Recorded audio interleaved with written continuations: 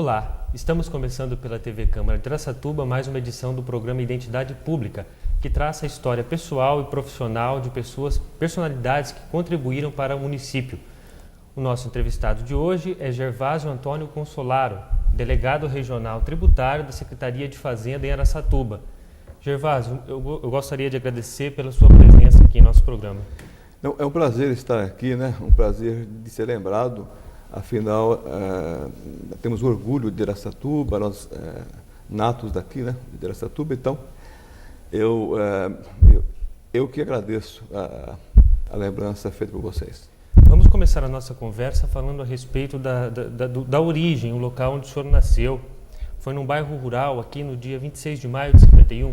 É verdade, nascemos no sítio, né? Água Limpa. Somos netos de italianos, e foi em 51, né? Depois a gente mudou-se para o Cafezópolis, outros bairros também, Abílio Mendes, né? O velho era lavrador, né? Da roça, meus pais da roça, são semi-analfabetos, né? Então fizeram um pouco daquele êxodo rural, né? Mas enquanto eles não viessem para a cidade, fizeram todo vamos dizer assim, um round aí nos sítios, né, da região toda. Então, aos 10 anos, aos 9 anos, que eu vim para a cidade, né? Viemos para a cidade, eu era meu irmão e o Alberto já. Os irmãos dos seus pais eram numerosos? A família era grande? Grande. Meu avô materno casou-se 3 vezes, ele enviuvava e casava-se várias vezes, casou-se várias vezes e já trazia também, a mulher trazia filhos. Então nós temos uma família assim enorme, né, com primos adotados e outros. Então a família da minha mãe é muito grande, é Fortim, né, muito grande. Minha mãe é Augusta Fortim Consolaro. A família do meu pai já é menor, a Consolaro, né? Consolaro hoje aqui na região, aliás, acho que no Brasil, Consolaro é parente mesmo, né? Talvez tenha sido outra árvore, né?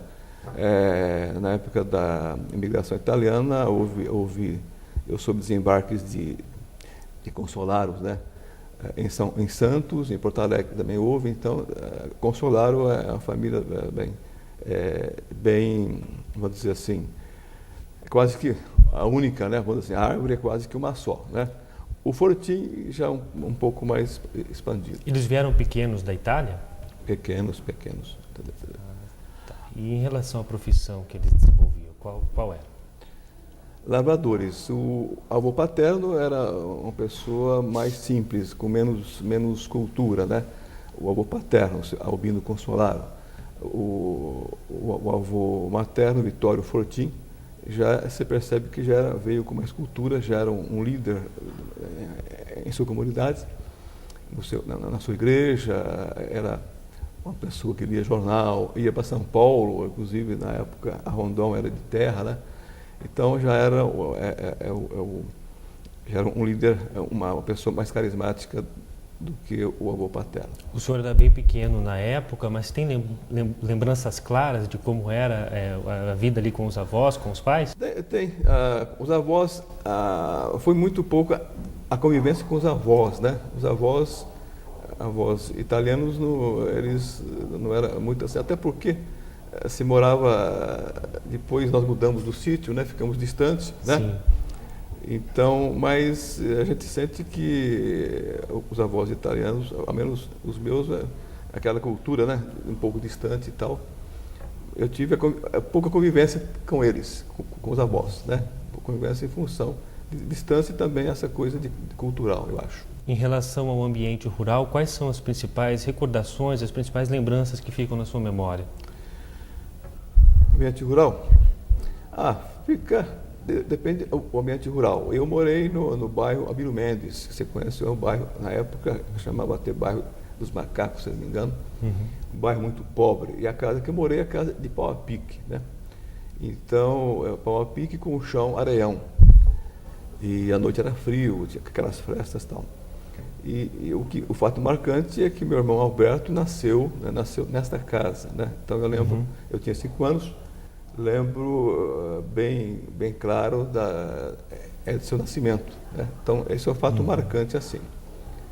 o fato mais marcante. A pobreza, né, e o nascimento de um irmão. Havia muitas dificuldades na época. Muitas dificuldades, porque meu pai era lavador, não tinha profissão alguma, né? Então trabalhava aqui, ele foi até oleiro, né? Oleiro também. Então com muita dificuldade, porque ele saiu do sítio que ele estava com os pais, ele saiu, se casou, né? Quis a sua liberdade e isso teve um preço, logicamente, né? E, então foi difícil. Tem um episódio também que vocês teriam que andar em cerca de 10 quilômetros para chegarem até a cidade para estudar. Justamente. Como que era a gente fez essa fase, nós estávamos no Cafésópolis, né, e nós tínhamos a escola mais próxima, era a escola do bairro Santana, a Francisca Arruda Fernandes. Então os velhos não tinham recursos, não tinha carroça, eram empregados, né? Empregados. E naquela época não tinha ônibus, não tinha rural, hoje é tudo mais fácil, né? Sim. E a escola rural que tinha era mais longe do que a da cidade. Então a gente vinha a pé vinha logo cedinho, acordava logo cedinho, né? E voltava a meio-dia e meia, mais ou menos isso daí. Sol a pino, né? Eu e o Hélio. A gente fazia. Em dias de chuva, como que isso ficava? Era muito mais difícil. Teve até um episódio de chuva que eu estava com guarda-chuva, mas o guarda-chuva, ventania e tal, arrebentou, né? E a chuva, quer dizer, lembro-se desse fato, esse fato na volta da escola, que tomamos chuvas violentas, né? Não tinha guarda-chuva, quebrou o guarda-chuva e tal. Então é interessante. E aí agora a gente às vezes pegava uma carona com um carroceiro vizinho, alguém vizinho, um carroceiro, um colega da família, vamos dizer assim, né? Então mas era raro, mas era a pé mesmo que a gente ia e voltava, né? E sempre chegando no horário, e a volta também era no horário, né? Porque o velho muito severo, meu pai, se chegasse fora do horário, era cinto na seta. E a escola naquela época, como que era? A escola naquela época, eu disse para você, no começo, os fatos interessantes também da escola, do primário ainda, do bairro Santana, você, um caipirinha vindo da cidade. Aliás, conheci a cidade depois que comecei a estudar, quer dizer, a partir de 6 anos. Antes não conhecia nada de cidade, né? Então a gente até chorava em sala de aula, os pais e tal, né? Mas o ensino era rigoroso, era o ensino, a escola que aquela época, não tinha as questões que tem hoje, droga, né, de violência, de delinquência e tal. Então eu acho é uma época cor-de-rosa, né? Então a escola, veja bem, o bairro Santana era o bairro mais pobre da cidade, seria na época, hoje seria tipo São José, vamos dizer assim, né? E, no entanto, não tinha. Aí tive uma infância muito rica no bairro Santana, nas ruas Pai Leme, na Luiz Martins, de frente à igreja São Benedito, né? Que hoje está aqui em cima, tá certo? O prédio antigo foi derrubado. A minha infância foi muito rica na rua, mas na rua, modo dizer, né? Naquela quadra de casa com os amiguinhos e tal. Futebol, o jogo de bola de gude, enfim, aí pega ali, enfim, aqueles jogos de infância da época, né? A gente curtiu todos, realmente. Então não tinha os problemas que tem hoje. Você podia ficar na rua, que era uma amizade saudável, toda a vizinhança pobre, porém... Havia outras formas de socialização na época. Outras formas de socialização. E o bairro era pobre, mas não tinha alguns grupos, alguns grupeiros, tinha muitas rixas entre o bairro Santana e o bairro Paraíso, tá? Isso era, assim, gangue, muito forte, né? Mas uns grupos, assim, que um pouco marginais, mas também não... coisas bem românticas, né, da época. Sim, o senhor tinha apenas 9 anos quando se deu a transferência da sua família para o bairro Santana, não é? 9 anos. Quais são os motivos aí que os seus pais, a sua família veio para cá? Então, o meu pai, enquanto ele estava, o porquê que ele casou, o único filho que saiu do sítio, né? Do sítio foi meu pai, buscando a sua independência, porque ele tinha uma tendência para estudos. O tio dele, irmão da mãe dele, da minha avó paterna, o chamou para estudar no seminário junto com meu tio, o primo dele. Sim. E o velho, sabe que na época filho era mão de obra, né, do sítio. O velho não deixou ele estudar com o Natal. Quer dizer, na época o seminário era visto como escola, era para aprender a ler, não era para ser padre. Depois a pessoa desistia, né? Sim. Já ia com essa intenção. Então, ele pegou essa causa de ele não ter podido se realizar pessoalmente, né, estudar, ele passou isso para os filhos, muito forte, né? Sim. Tanto é que a importância para ele era só estudo. Cinema porcaria, jogo porcaria, só estudo. Ou seja, apesar de uma origem rural, ali ligada ao campo, ele sempre queria que os filhos estudassem. Isso, então em função disso aí que a vinda dele para a cidade foi para ajudar. O era meu irmão, na época acabou o primário, ele estava na 4ª série, e ele ia um ano antes que ele. E ele começou a fazer o IE. O IE na época era do outro lado, né, da cidade, então já era longe do sítio. Aí atravessar a cidade era vista como perigosa, apesar na época não era, mas o caipira sempre enxerga isso, né? É perigosa. Então, para aproximar a distância, ele mudou-se para a cidade. Eu acho que o bairro mais pobre, que é o aluguel, uma casinha simples, de 3 cômodos, de vermelhão, sem forro, sem nada, de fundo, inclusive. Mas é para estudar o Hélio, que começou Ipuiê, né? Então, foi com esse objetivo. Lógico, o Hélio no começo e depois os demais filhos, né? E hoje os filhos são motivo de orgulho dele, né? A fase ginasial o senhor cursou onde? Eu cursei ginasial, cursei no Jorge Correia, né? Não sei o nome da época, e também no IE ginasial, tá certo? No IE. E depois no ensino médio também uma parte no IE? Eu fiz no IE também. Eu fiz o antigo científico, né? Tinha o clássico, o científico e tinha, ajuda aí, tinha outra aí, humanas. Tinha, você é jovem, não sabe essas coisas, né? E também o pessoal que está aqui, pelo visto, mas então, aí eu fiz o científico. Pois bem, o programa Identidade Pública de hoje está entrevistando Gervásio Antônio Consolaro, delegado regional tributário da Secretaria da Fazenda em Araçatuba. Nós faremos um pequeno intervalo e voltamos já.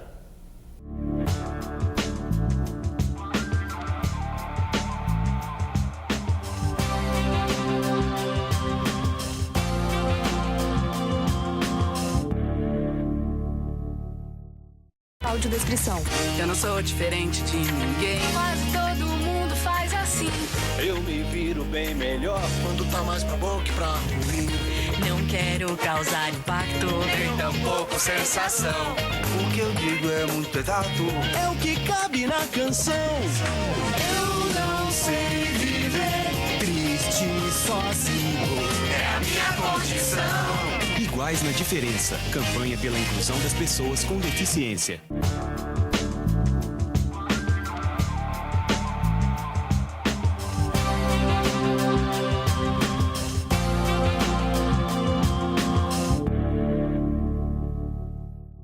Estamos de volta com o programa Identidade Pública, que hoje recebe Gervásio Antônio Consolaro, que é delegado regional tributário da Secretaria da Fazenda em Araçatuba.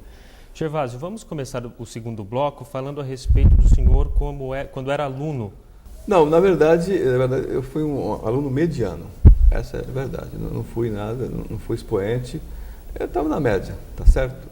Eu acho mais esforçado, talvez, que inteligente, né? Então, está na média. Eu sempre fui esforçado mesmo. Quieto, né? Quieto. Nos ensinos básicos, sempre estudando com medo dos pais, né, da punição e tal. Seus pais eram sempre presentes no sentido de tirar notas boas. Presentes, sempre cobradores, né? Sempre cobrando que nós estamos nessa vida para estudá-los, vocês têm que corresponder, né? Então tinha essa cobrança era incisiva, tá? Era incisiva, diária, uma cobrança assim, tal. Falando um pouco a respeito dos seus outros 3 irmãos, qual que é a profissão que eles seguiram, os nomes deles e as profissões que seguiram? O Hélio é o mais velho, né? O Hélio Consolado é uma pessoa conhecida nessa turma há muito tempo. Ele foi vereador há 6 anos, há tempos atrás aí. Depois acabou deixando a política e dedicou-se ao magistério público e privado e aposentou-se e intensificou a sua carreira de literato, escritor, né? Ele tem livros de crônicas aí e atualmente ocupa a Secretaria da Cultura de Araçatuba. Aí também tem o Alberto e o Luiz Augusto. O Alberto Consolaro, ele é mestre e doutor na área de odontologia, né? E é titular da cadeira da FOB de Bauru, né? O Alberto Consolaro. É uma pessoa renomada na sua área, com palestras no exterior e tudo mais. E tem o Luiz Augusto Consolaro. Ele fez a UFSCar na parte de sistemas de computação, depois fez também o mestrado na USP e doutorado na USP também, né? Deu aulas na Unimep, fez estágio em Boston e hoje trabalha no TSE em Brasília, quis dar um sossego de direcionar e tal, e trabalha lá em projetos avançados aí. O seu casamento ocorreu em 1976, quando o senhor tinha 25 anos. Perfeito. Com a Valdira Machado Consolaro. Isso, perfeito. Como que foi esse momento? Esse momento foi o momento que culminou com o namoro de 6 anos, né? Na verdade, namoro de 6 anos. Então, esse momento foi um momento, logicamente, muito emocionante, né? Não tem dúvida que o casamento... E na oportunidade a gente estava à espera de um concurso público aí, alguma coisa parecer melhor, e trabalhava na saúde, ganhava pouco e era também um pouco na Previdência. E a gente juntou os trapinhos aí, vamos dizer assim, e casamos nessa data, em 29 de maio de 76. Os filhos, tiveram 2. Conte um pouco a respeito deles. Os filhos, a filha minha é a Tiene, né? A Tiene Machado Consolaro, a Tiene é musicista, né? Ela tem uma escola de música, né? E ela abraçou a música. Eu quis demovê-la da música, porque infelizmente não traz renda, né? Não traz, assim, dizer assim, futuro, né? O futuro que os pais gostam, que os filhos tenham, né? Tem alguma renda que torna-se independentes.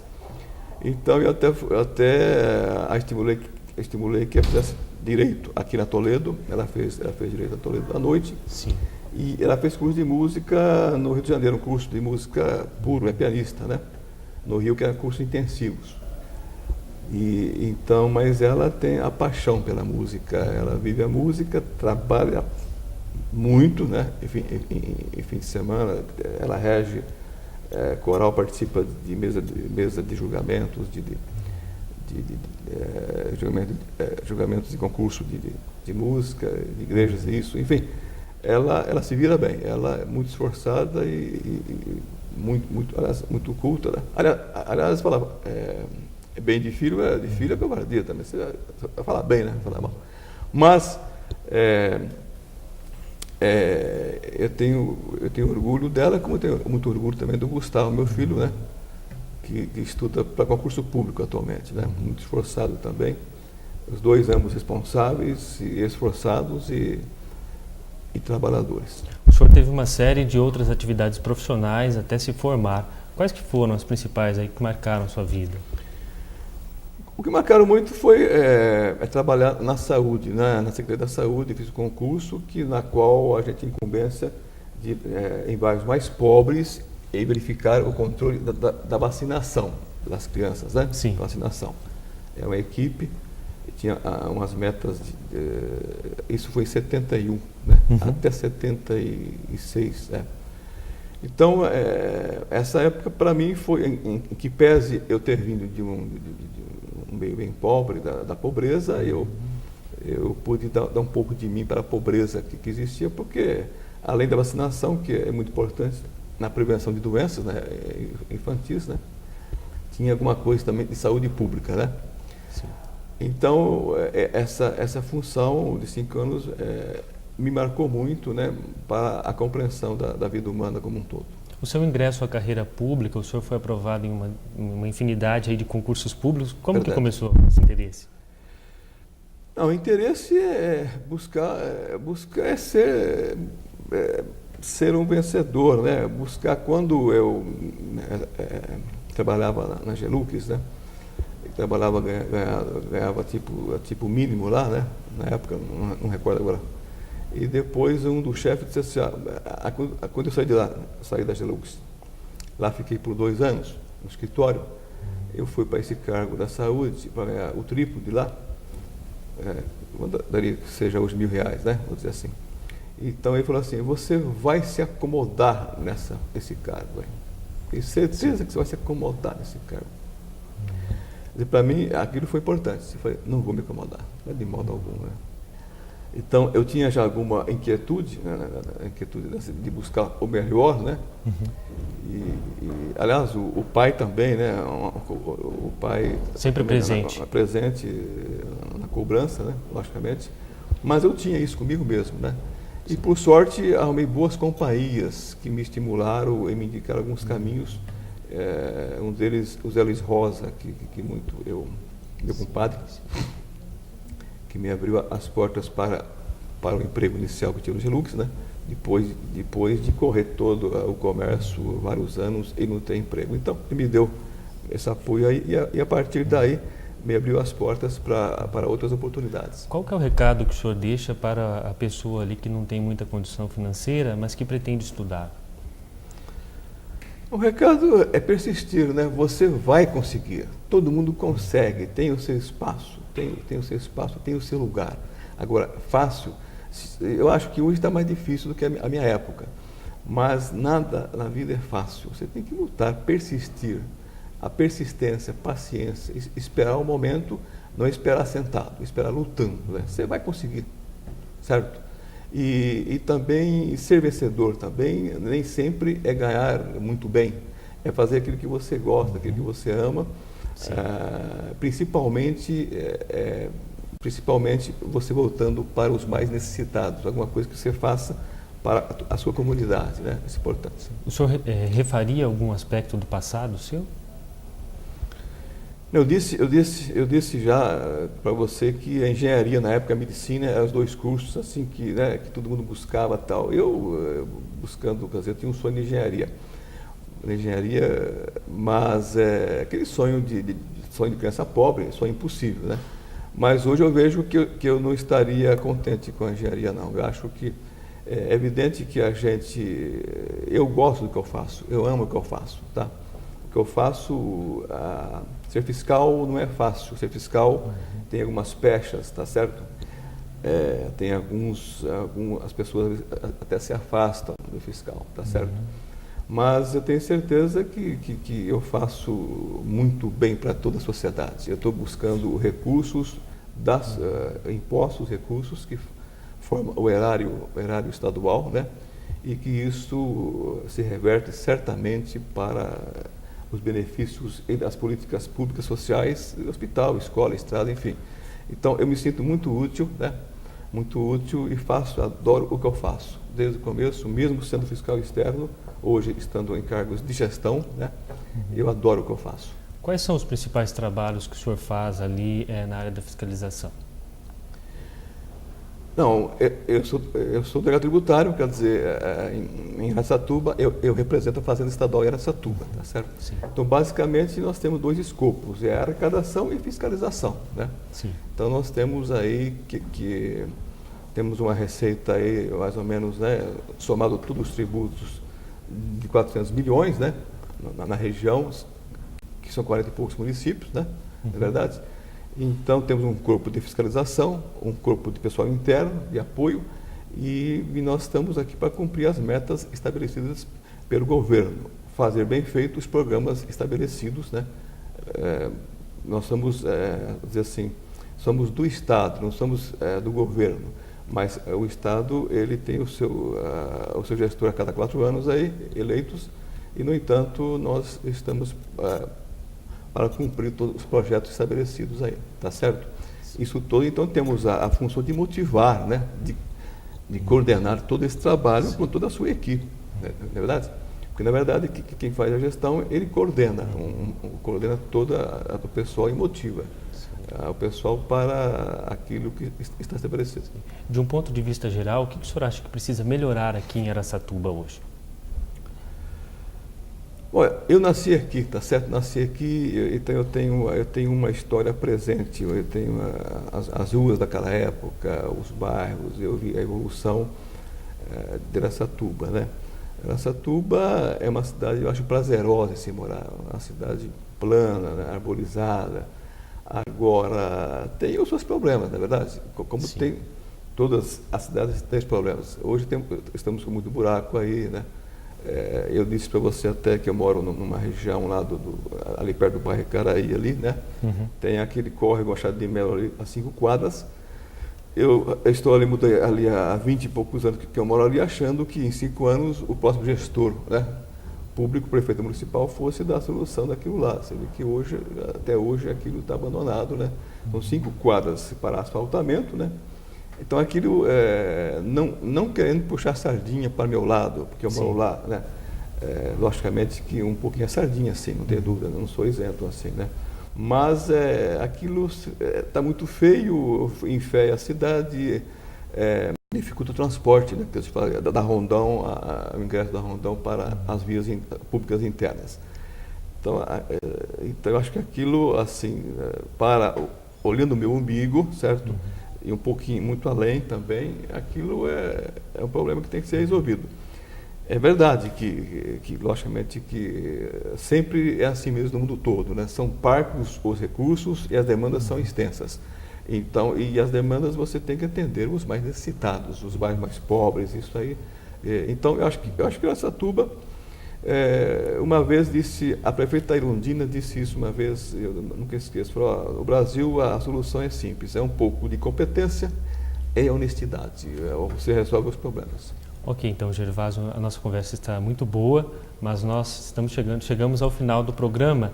Eu gostaria de agradecer pela sua presença aqui. Eu que agradeço o convite, me sinto muito honrado em ter esse convite pela TV Câmara, né, que me deu a oportunidade de ter essa experiência, que para mim é a primeira experiência que eu estou tendo em bate-papo na televisão, tá certo? E poder realmente expor, prestar conta um pouquinho, né, daquilo que eu faço com amor e carinho para a comunidade araçatubense. A você de casa que nos acompanhou, muito obrigado pela sua audiência e até o próximo programa Identidade Pública.